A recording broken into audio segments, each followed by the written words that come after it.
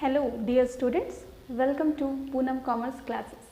तो आज के इस क्लास में डिस्कस करेंगे पेपर 7 डिग्री 3rd का पेपर 7 जो कि है टैक्सेशन थ्योरी एंड प्रैक्टिसेस। ठीक है, जो हम टैक्स कह सकते हैं वो हमारा ओल्ड कोर्सेज का क्या है, डिग्री 3rd में पेपर 7 है, यानी ये हमारा क्या है, ऑनर्स पेपर है। क्या, टैक्सेशन थ्योरी एंड प्रैक्टिसेस। तो इसमें सबसे पहले हम समझेंगे कि टैक्स होता क्या है। ठीक है, इसका कैसे इनकम पे कैसे कैलकुलेशन किया जाता है, किस किस तरह से हम टैक्स को क्या करते हैं, पेड करते हैं। ठीक है, वेरियस डिस्कशंस हम करेंगे किसके अंडर, टैक्सेशन थ्योरी के अंडर, और इसके बहुत सारे क्वेश्चंस को भी हम आगे प्रैक्टिस करेंगे। तो सबसे पहले आज की क्लास में हम स्टार्ट करेंगे। सबसे पहले क्या देखेंगे, हम टैक्स को देखेंगे, है ना, कि टैक्स होता क्या है, जो कर होता है वो होता क्या है। तो टैक्स क्या है, tax is a financial burden. Tax क्या है, एक फिनेंशियल बर्डन है जो कि इम्पोज किया जाता है किसके द्वारा, गवर्नमेंट के द्वारा। और किस पे किया जाता है, पर्सन्स पे किया जाता है। ठीक है, तो टैक्स जो है, जो कर है, वो क्या है, एक फिनेंशियल बर्डन है। किस पे लगाया जाता है, पर्सन्स पे लगाया जाता है। ठीक है, किसके द्वारा लगाया जाता है, किसके द्वारा, गवर्नमेंट यानी कि सरकार के द्वारा कुछ ऐसा कर लगाया जाता है, किस पे, पर्सन्स पे लगाया जाता है, उसे हम क्या कहते हैं, कर कहते हैं। ठीक है, तो ये आप लोगों को समझ में आ गया होगा कि टैक्स होता क्या है। टैक्स क्या है, एक फिनेंशियल बर्डन है जिसको इम्पोज किया गया है, किसके द्वारा, गवर्नमेंट के द्वारा, उसको लागू किया गया है या उस पर लगाया गया है गवर्नमेंट के द्वारा। किस पे, पर्सन्स पे, यानी कि डिफरेंट व्यक्तियों पे, जो पर्सन्स होते हैं ना, उन पे क्या किया जाता है, इम्पोज किया जाता है। ठीक है, तो ये हो गया हमारा टैक्स कहलाता है, जो कि एक फिनेंशियल बर्डन है और वो किस पे लगाया जाता है, पर्सन्स पे लगाया जाता है गवर्नमेंट के द्वारा। अब यहाँ पर हम समझेंगे कि गवर्नमेंट है वो कितने तरह के हैं, है ना। सबसे पहले हम गवर्नमेंट को समझ लेंगे कि गवर्नमेंट कितने तरह के हैं। सबसे पहले है हमारा सेंट्रल गवर्नमेंट, है ना, सेंट्रल गवर्नमेंट, केंद्रीय सरकार। फिर क्या है, एक हमारा स्टेट गवर्नमेंट यानी राज्य सरकार। और ये हमारा है लोकल ऑथोरिटीज, है ना, लोकल ऑथोरिटीज। तो गवर्नमेंट जो है फर्दर कैटेगराइज है कितने पार्ट में, 3 पार्ट में, है ना। गवर्नमेंट जो है further categorize into 3 different parts, central government, state government and local authorities, है ना।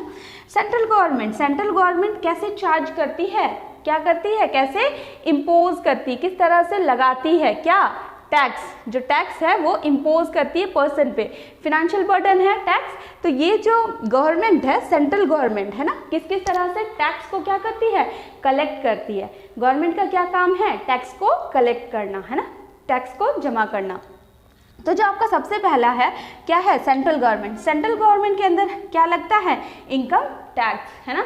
इनकम टैक्स ये लोग क्या करते हैं, इम्पोज करते हैं पर्सन पे, इनकम टैक्स। और क्या लगता है, जीएसटी लगता है ना। जीएसटी यानी क्या हो गया, गुड्स एंड सर्विसेज टैक्स, जो कि आपका ये कब आया था एग्जिस्टेंस में, कब आया था, 1 जुलाई 2017 में जीएसटी।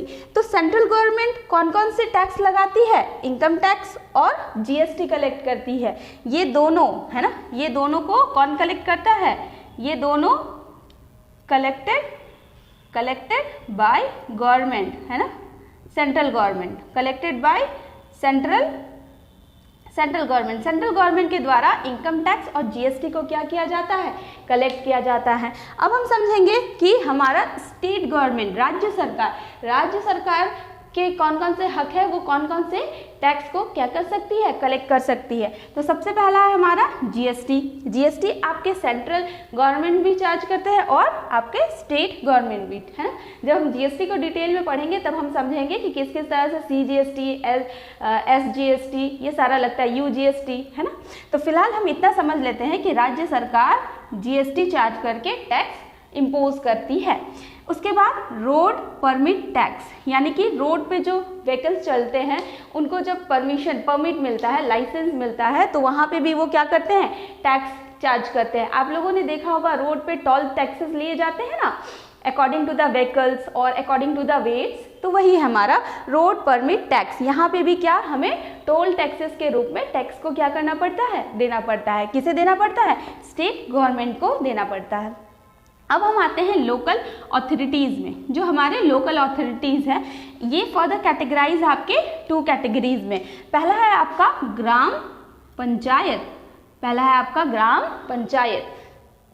ग्राम पंचायत क्या होता है, ग्राम पंचायत कब डिक्लेयर किया जाता है, कब माना जाता है कि ये ग्राम पंचायत है, जब उसकी पॉपुलेशन कितनी हो, 10,000 तक।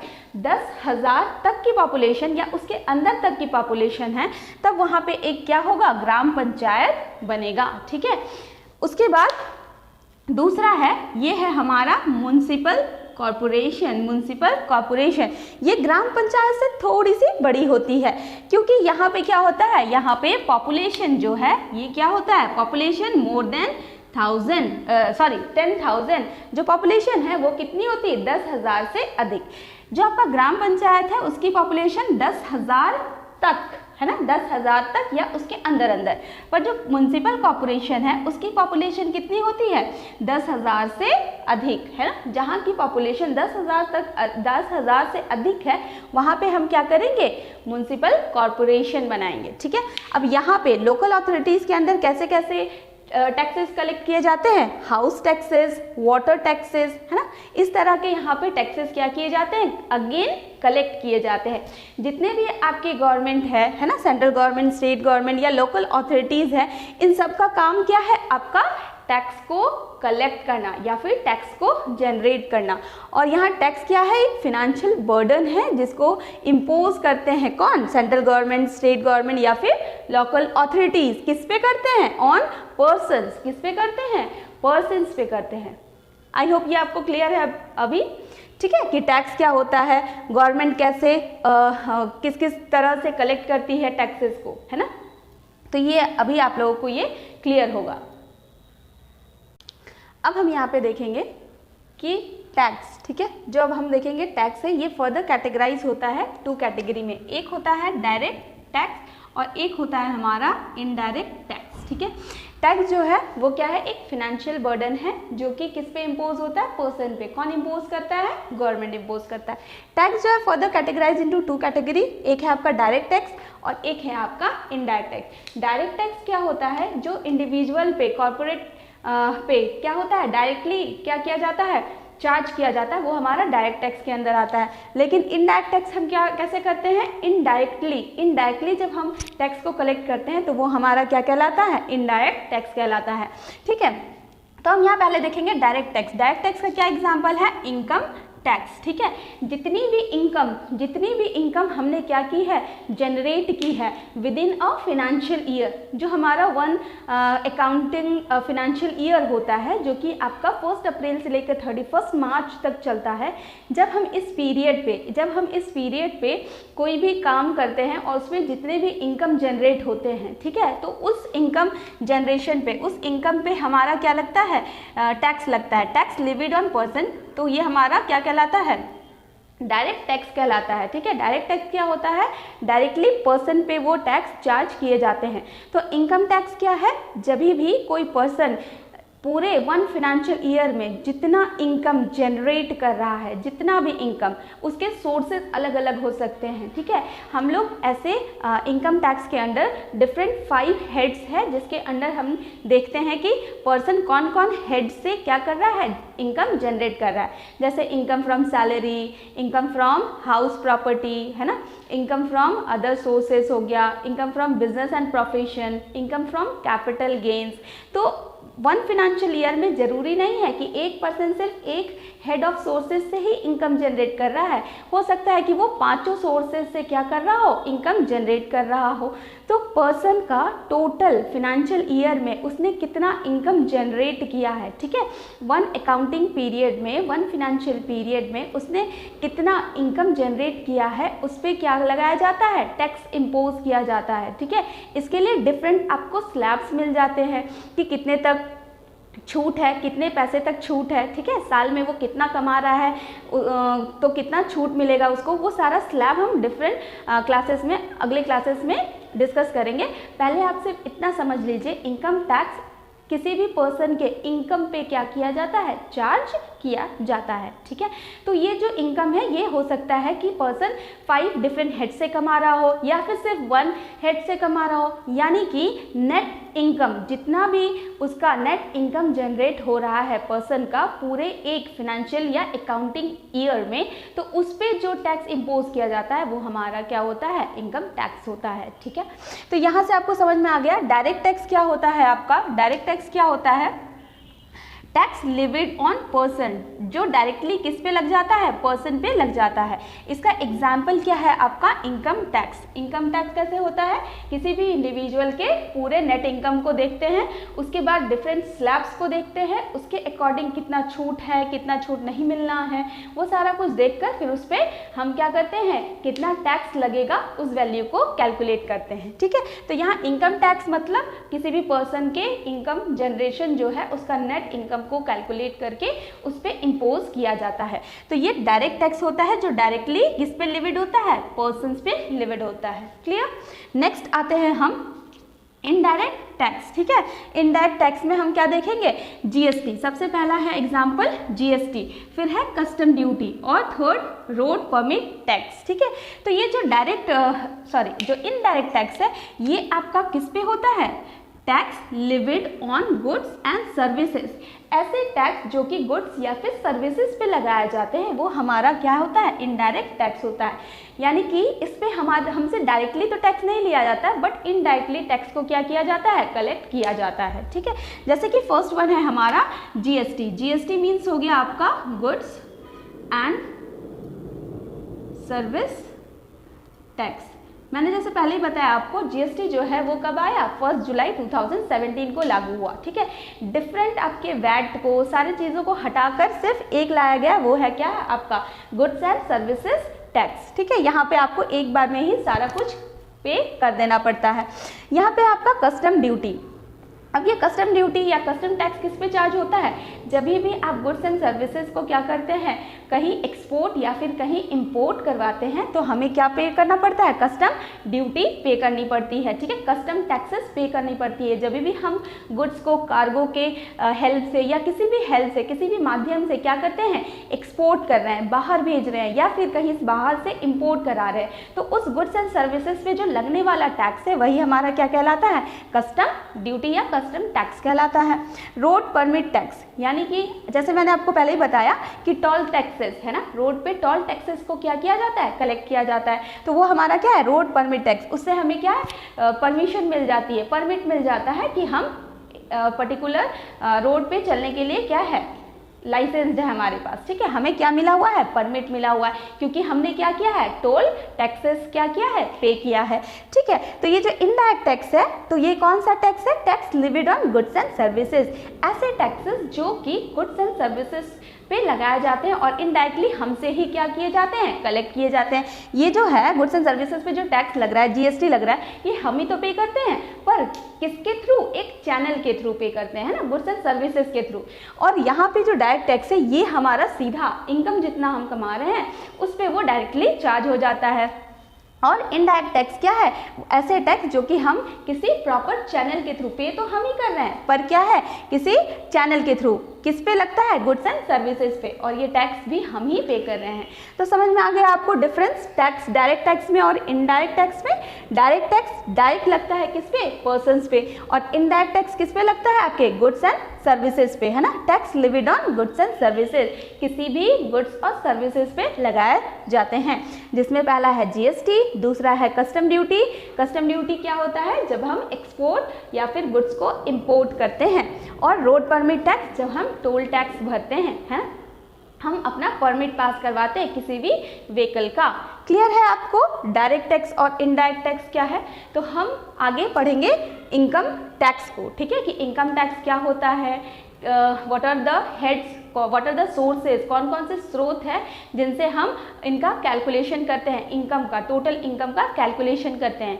ठीक है, तो नेक्स्ट हम पढ़ेंगे इनकम टैक्स। ठीक है, नेक्स्ट हम क्या पढ़ेंगे, इनकम टैक्स पढ़ेंगे। ओके, अब हम देखेंगे, है ना, नेक्स्ट हम देखेंगे इनकम टैक्स एक्ट। ठीक है, इनकम टैक्स एक्ट जो है वो आपका कब आया था, 1961 में। ठीक है, यानी कि ये बनकर कंप्लीट कब हो गया था, 1961 में। ठीक है, जो आपका इनकम टैक्स कैसा टैक्स है, इनकम टैक्स हमारा क्या है, डायरेक्ट टैक्स है। इनकम टैक्स हमारा कैसा है, डायरेक्ट टैक्स है, जो कि किस पे लगता है, पर्सन पे लगता है।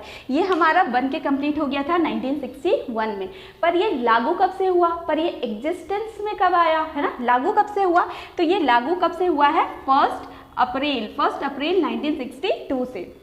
आपसे क्वेश्चन में पूछा जा सकता है कि इनकम टैक्स एक्ट कब का है, तो आप क्या बताओगे, 1961 का। अगर ये पूछा जाए कि वो लागू कब से हुआ, एग्जिस्टेंस में कब से आया, तब आप क्या कहोगे, 1 अप्रैल 1962। तो आप क्वेश्चन जब आएगा तो क्वेश्चन को आप ध्यान से देखोगे कि एक्ट पूछा जा रहा है या फिर वो एग्जिस्टेंस में कब आया ये पूछा जा रहा है। ठीक है, उसके अकॉर्डिंग ही आप लोगों को क्या करना है, आंसर करना है। ठीक है, अब यहाँ हम देखेंगे एन एसएससी में गेट इनकम, जो एसएससी है। अब ये जो एसएससी है ना, एसएससी क्या होता है, एसएससी मतलब वो पर्सन जिसपे क्या लगेगा, टैक्स लगेगा। अब वो जो एसएससी है वो टैक्स कब पे करेगा, मान लीजिए कि 1 फाइनेंशियल ईयर उसने क्या किया, वर्क किया और उसका इनकम जनरेट हुआ, है ना। अब मैं बता नहीं रही हूँ कि कौन कौन से सोर्सेज से जनरेट हुआ, बस मैं इतना कह रही हूँ कि उसे 1 साल वर्क किया और उसे इनकम जनरेट हुआ। तो मान लीजिए कि उसके इनकम जो है 2021 से 2022, ठीक है, ये उसका क्या था, वर्किंग पीरियड था। क्या था, वर्किंग पीरियड था। इसमें इसको क्या हुआ, इनकम जनरेट हुआ। क्या हुआ, इसे इनकम जनरेट, ठीक है, इनकम जनरेट हुआ। कौन से सेशन में, कौन से ईयर में, कौन से फाइनेंशियल ईयर में, 21 से 22, है ना। तो क्या ये 21 से 22 जो इसने वर्क किया, क्या इसी ईयर पे वो क्या करेगा, टैक्स पे कर देगा, क्या नहीं, है ना। कभी भी करंट पीरियड पे, ये जो करंट पीरियड है, करंट है ना जो चल रहा है, करंट पीरियड पे कभी भी टैक्स चार्जेस नहीं होते हैं, टैक्स चार्जेस नहीं किए जाते हैं। टैक्स चार्जेस हमेशा क्या होते हैं, प्रीवियस ईयर के ऊपर किए जाते हैं। ठीक है, मान लीजिए उसने वर्क किया 21-22, अब जो इसे टैक्स पे करना होगा ना, टैक्स पे करना होगा, तो ये किस पे करेगा, 2022 से 23 इस सेशन में इसको क्या करना पड़ेगा, टैक्स पे करना पड़ेगा। यानी कि हमें हमेशा क्या करना पड़ता है, अपने प्रीवियस ईयर का, है ना, जो प्रीवियस ईयर हमारा इनकम जनरेट हुआ है उसके लिए हम क्या करते हैं, टैक्स पे करते हैं हमारे आने वाले पीरियड पे। ठीक है, 2021-22 में उसने क्या किया, करंट पीरियड में वर्क किया, इनकम जनरेट हुआ। अब इस पीरियड का जो 21-22 है ना, इस पीरियड का वो टैक्स पे कब करेगा, टैक्स कब देगा, वो 22-23 सेशन में, 22-23 फाइनेंशियल ईयर में वो क्या करेगा, टैक्स को पे करेगा। ठीक है, कभी भी करंट पीरियड पे टैक्स पे नहीं होता है, वो हमेशा क्या होता है, हमारे प्रीवियस ईयर पे, यानी ये प्रीवियस ईयर हो गया, करंट ईयर पे हम क्या करेंगे, टैक्स को पे करेंगे। यहाँ पे इनकम जनरेट हो रहा है और यहाँ पे जो टैक्स चार्जेस होगा, ये टैक्स हम कब पे करेंगे, 2022-23 के अंडर। ठीक है, तो एसएससी वो पर्सन होता है जिसपे क्या लगता है, क्या इम्पोज होता है, टैक्स इम्पोज होता है। ठीक है, एंड एसएससी में गेट इनकम। अब एसएससी जो है वो इनकम जो है क्या कर सकता है, फ्रॉम डिफरेंट सोर्सेज, अलग अलग सोर्सेज से। जैसे मैंने आपको पहले ही बताया कि there are 5 different sources, 5 different sources है जिससे हम अपना क्या कर सकते हैं, इनकम जनरेट कर सकते हैं।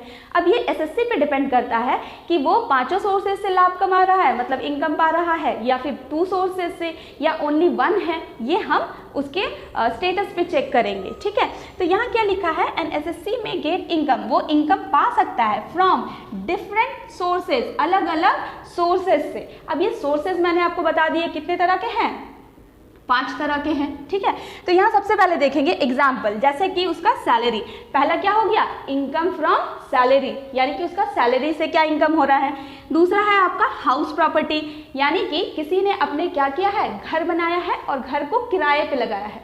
अब वो किराया पे जो घर है वो उसको हमेशा इनकम जनरेट करके देगा ना, जो भाड़ेदार होगा। ठीक है, तो वो क्या करेंगे, लैंडलॉर्ड को पैसा देंगे, जो रेंटर होंगे वो लैंडलॉर्ड को पैसा देंगे, मकान मालिक को, तो उससे भी क्या होता है, हमारा इनकम जनरेट होता है। इसीलिए इनकम फ्रॉम सैलरी पहला इनकम फ्रॉम हाउस प्रॉपर्टी, जिसको हम शॉर्ट में क्या कहते हैं, HP, income from HP, house property, यानी हमारा हाउस है उसको हमने किराए पे लगाया है तो हमें ऑब्वियसली है कि इनकम जनरेट हो रहा होगा। अब तीसरा, income from profits and gains of business और प्रोफेशन। अगर हम कोई बिजनेस कर रहे हैं या फिर कोई प्रोफेशन कर रहे हैं, या तो हमारा बिजनेस है या तो हमारा प्रोफेशन है ना। बिजनेस क्या होता है, जो क्या होता है प्रॉफिट मोटिव के लिए किए जाते हैं, और प्रोफेशन क्या होता है, प्रोफेशन में क्या होता है, जब हम अपना नॉलेज या फिर हम अपना एक्सपीरियंस है ना किसी को देते हैं, अपना नॉलेज या फिर एक्सपीरियंस शेयर करते हैं और उसके बदले में हम क्या चार्ज करते हैं, फीस लेते हैं। तो प्रोफेशन में जैसे क्या आ जाएगा, एग्जाम्पल डॉक्टर हो गए, लॉयर हो गए, ठीक है, ये क्या है, प्रोफेशनलिस्ट है, प्रोफेशन है इनका, उनका बिजनेस नहीं है, ठीक है। और बिजनेस में क्या हो जाएगा, जैसे कि हम बहुत सारे डे टू डे ट्रांजेक्शन्स करते हैं जिससे हमें क्या होता है, प्रॉफिट होता है। तो यहाँ पे जो भी इनकम प्रॉफिट किससे, गेन्स किससे जनरेट हो रही है, या तो बिजनेस से या तो प्रोफेशन से, ये आपका तीसरा हो गया। पहला आपका इनकम फ्रॉम सैलरी, ठीक है, इनकम फ्रॉम सैलरी। दूसरा है income from HP, house property. तीसरा है income profit and gains of business, business से या फिर आपको प्रोफेशन से कोई भी अगर प्रॉफिट हो रहा है तो वो है ना, तो ये तीसरा हो गया। उसके बाद है आपका capital gains, income from other sources, ठीक है। एक आपका कैपिटल गेन्स हो गया, या फिर आपको क्या हो गया, अदर सोर्सेज, ये आपका हो गया चौथा। कैपिटल गेन्स हो रहा है अगर आपको, या फिर आपको इनकम जनरेट हो रहा है फ्रॉम अदर सोर्सेज, ये हो गया आपका पांचवा। तो कैपिटल गेन्स में क्या एग्जांपल आ जाएगा, जैसे कि आपको इंटरेस्ट ऑन सिक्योरिटीज है ना, आपको क्या मिल रहा है, इंटरेस्ट मिल रहा है, किस पे मिल रहा है, सिक्योरिटीज पे। आपके इन्वेस्टमेंट में अगर आपको क्या मिल रहा है, इंटरेस्ट दिया जा रहा है, तो वो आपका क्या हो जाएगा, कैपिटल गेन्स हो जाएगा, जो कि हमारा सोर्सेस में चौथे नंबर पे आ रहा है, कैपिटल गेन्स है ना, जो कि इंटरेस्ट ऑन सिक्योरिटीज अगर आपको मिल रहा है तो वो क्या है, आपका कैपिटल गेन्स है। आपके इन्वेस्टमेंट में आप जितना इन्वेस्ट कर रहे हैं, आपको अगर इंटरेस्ट मिल रहा है तो वो आपका कैपिटल गेन्स है, ठीक है। अब क्या है, income from other sources. Other sources क्या होता है, जो आपका अदर सोर्सेस है, ये कैसे हो गया, लॉटरी विनिंग रेस है ना। मान लीजिए अचानक से आपकी लॉटरी लग जाती है 1 करोड़ की, 2 करोड़ की, तो ये क्या है, आपके पास इंस्टेंट से इनकम जनरेट हो गया ना। तो ये क्या है, ये इनकम किस में कैलकुलेट होता है, अदर सोर्सेस में, यानी कि आपको उसका अंदाजा नहीं है, बहुत ही प्रोबेबिलिटी कंडीशन है, चांसेस हाँ की भी है और ना की भी, 50-50% की है, ठीक है। तो यहाँ पे क्या है, लॉटरी विनिंग, इंस्टेंटली आपने लॉटरी लग गया। जैसे आप कौन बनेगा करोड़पति देखते होंगे, उसमें क्या है, इंस्टेंट उनके पास पैसे आ जाते हैं, है ना। तो ये क्या है, उस पर भी टैक्स क्या होता है, चार्ज किए जाते हैं, टैक्स लगते हैं। या फिर रेस, जैसे हॉर्स रेसिंग होती है, या फिर गैम्बलिंग होती है, जैसे जुआ खेलना, सट्टा लगाना, ये सारे में क्या है, अगर आप जीत गए, बहुत ज़्यादा इनकम जनरेट हो गया, तो डिफरेंट स्लैब्स के अकॉर्डिंग हम चेक करेंगे कि उस पर्सन पे टैक्स लगना चाहिए या फिर नहीं लगना चाहिए, ठीक है। तो यहाँ पे देखिए आपके टोटल मैंने कितने बताए आपको, 5 डिफरेंट सोर्सेस है। एक तो आपका सैलरी हो गया, ठीक है, फर्स्ट वन है आपका सैलरी। दूसरा है हाउस प्रॉपर्टी। तीसरा है बिजनेस या फिर प्रोफेशन से कमाया हुआ। चौथा है कैपिटल गेन्स में बढ़ोतरी, या फिर पांचवा है अदर सोर्सेज, जैसे लॉटरी हो गया, गैम्बलिंग हो गया, सट्टेबाजी हो गई, है ना। ये सारे आपके क्या हो जाएंगे, अदर सोर्सेस में आ जाएंगे, ठीक है। ये आपको क्लियर हो गया होगा आप लोगों को कि एसएससी क्या हो गया, वो पर्सन जिस पे टैक्स लगा है। तो एसएससी में गेट यानी पा सकता है इनकम, क्या इनकम पा सकता है फ्रॉम डिफरेंट सोर्सेज। और सोर्सेज कितने तरह के, 5 तरह के, सैलरी से, एचपी से, प्रॉफिट किससे, बिजनेस या फिर प्रोफेशन से, कैपिटल गेन से और अदर सोर्सेज से। तो ये जो डिफरेंट 5 हेड्स है ना, इनको हम एक एक करके पढ़ेंगे कि कैसे सैलरी से उनका इनकम को कैलकुलेट किया जाए, किस तरह से एचपी यानी हाउस प्रॉपर्टी पे क्या क्या रूल्स एंड रेगुलेशंस हैं उनको कैसे फॉलो किया जाए और उनसे कैसे इनकम को कैलकुलेट किया जाए। तो ये जो 5 डिफरेंट हेड है, इनको हम एक एक करके अगली क्लास में इनको डिटेल में पढ़ेंगे, ठीक है। और ये जो इनकम टैक्स एक्ट है 1961, यहाँ पे आपको सारे क्या बताए गए हैं, सारे रूल्स सेक्शंस है ना, सारे रूल्स सेक्शंस सब सेक्शंस बताए गए हैं कि किस तरह से ये जो टैक्स है वो इम्पोज होगा पर्सन पे, कौन कौन से कंडीशंस अप्लाई होंगे, कौन से रूल्स है, कौन कौन से रेगुलेशंस है। तो ये सारे सेक्शंस और सब सेक्शंस में डिवाइड होकर सारी चीज़ों को क्लियर किया गया है कि किस किस तरह से इनकम टैक्स को इम्पोज किया जाता है पर्सन पे। क्लियर है आप सभी को? तो नेक्स्ट क्लास में हम डिस्कस करेंगे इनकम फ्रॉम डिफरेंट सोर्सेज का सबसे पहला इनकम फ्रॉम सैलरीज, ठीक है। और इससे भी पहले हम डिस्कस करेंगे रेसिडेंशियल स्टेटस, जो एसएससी है ना, एसएससी यानी कि इंडिया का पर्सन, मतलब इंडिया का सिटीजनशिप है या फॉरेनर है, एनआरआई है, नॉन रेसिडेंट ऑफ इंडिया है, ये सारा पहले रेसिडेंशियल स्टेटस चेक करेंगे, उसके बाद हम इनकम फ्रॉम सैलरी कैलकुलेट करेंगे कि उस पर टैक्स लगेगा उसके इनकम पे या फिर नहीं लगेगा। तो सबसे पहले हम क्या करेंगे, स्टेटस देखेंगे, रेसिडेंशियल स्टेटस चेक करेंगे किसी भी पर्सन का कि वो आइदर टैक्स पे करने के लिए एलिजिबल है या फिर नहीं है, ठीक है, या फिर एनआरआई है, नॉन रेसिडेंट ऑफ इंडिया है या रेसिडेंट ऑफ इंडिया है। तो इसके बहुत सारे कंडीशंस है, ठीक है, बेसिक कंडीशंस है और एडिशनल कंडीशंस है। तो नेक्स्ट क्लास में हम सबसे पहले क्या डिस्कस करेंगे, रेसिडेंशियल स्टेटस यानी कि निवासीय स्थिति चेक करेंगे कि एसएससी बनने के लायक कौन है, एसएससी यानी जिसपे टैक्स चार्ज हो रहा है। तो रेसिडेंशियल स्टेटस चेक करेंगे, है ना, कि उसका निवासी जो स्थिति है वो एसएससी के लायक है या फिर नहीं है, उसका इनकम टैक्स के लिए एलिजिबल है करने के लिए, यानी उस पर चार्ज करने के लिए या फिर नहीं है। तो सबसे पहले हम क्या करेंगे, रेसिडेंशियल स्टेटस, किसी भी एसएससी का किसी भी पर्सन का रेसिडेंशियल स्टेटस चेक करेंगे। उसमें बेसिक 2 कंडीशंस होते हैं और एडिशनल 2 कंडीशंस होते हैं, है ना। तो हम नेक्स्ट क्लास में अब रेसिडेंशियल स्टेटस देखेंगे इंडिविजुअल का कि आइदर वो लाइबल है टैक्स पे करने के लिए या फिर नहीं है, ठीक है। उसके बाद हम चलेंगे सोर्सेस में, जो कि आपका पहला होगा सैलरी, ठीक है। तो नेक्स्ट क्लास में हम डिस्कस करेंगे रेसिडेंशियल स्टेटस, इंडिविजुअल का रेसिडेंशियल स्टेटस हम क्या करेंगे नेक्स्ट क्लास में देखेंगे। ओके, तो आई होप कि आपको इनकम टैक्स का आज इंट्रोडक्शन क्लास पूरी अच्छी तरह से समझ में आ गया होगा। अब नेक्स्ट क्लास में हम रेसिडेंशियल स्टेटस को डिटेल में डिस्कस करेंगे और समझेंगे कि रेसिडेंशियल स्टेटस क्या होते हैं, ठीक है। तो आज के लिए यहीं तक। Thank you all student, thank you.